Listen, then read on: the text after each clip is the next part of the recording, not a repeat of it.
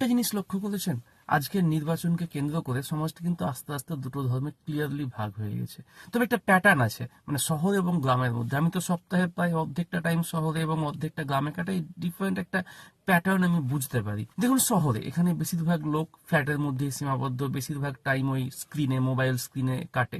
বাস্তব জীবনে যোগাযোগ লোকজনের সঙ্গে অনেকটা কম, ডিপেন্ডেন্সি অনেকটা কম, সবই ওই অনলাইন শপিং হাবিজাবি এগুলোতেই হয়ে যায়। আর সোশ্যাল মিডিয়াই হয়ে উঠছে এখানে মূল তথ্যের উৎস। আর এই মিডিয়াতেই যা ন্যারেটিভ আসে সেটাকে বাস্তব মনে হয়। আর এই মিডিয়াই হচ্ছে একটা টক্সিসিটি ঢোকার রাস্তা, কিন্তু এটা বের করার কিন্তু কোনো জায়গা বা ডিটক্সিফিকেশনের সুযোগ সেরকম কিছুই নেই এখানে। কারণ অন্য ধর্মের লোকের সঙ্গে মেলামেশার স্কোপ কিন্তু বড়ই কম। এবার আপনি একটু মফস্বলে যান, তো ওখানেও সোশ্যাল মিডিয়া আছে, ওখানেও লোকজন স্ক্রিনে টাইম কাটায়, কিন্তু ওই যে বিষ ঢুকছে সোশ্যাল মিডিয়াতে, সেখান থেকে ডিটক্স হওয়ার কিন্তু একটা অপশন প্রত্যেকটা সময় বাজারে, কাজে, আড্ডায় কিছু না কিছু থাকবেই।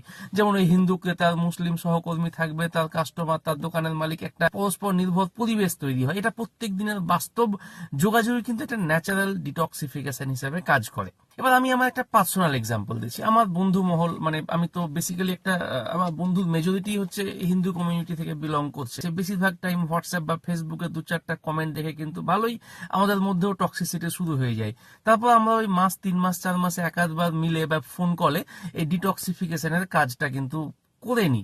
কাজেই রিলেশনগুলো মোটামুটি এখনো ঠিকঠাক আছে, যদিও টক্সিসিটি কিন্তু গ্র্যাজুয়ালি বাড়ছে, যেটা আজ থেকে দশক আগে এই জিনিসগুলো খুব একটা দেখতে পেতাম না। এই যে এখন যেমন যাচ্ছি, এরকম কিছু টক্সিসিটি বেরিয়ে গেছে, এটাকে আবার ডিটক্স করার জন্য। আপনারাও এরকম ডিটক্সিফিকেশনের কাউকে খুঁজে নিন।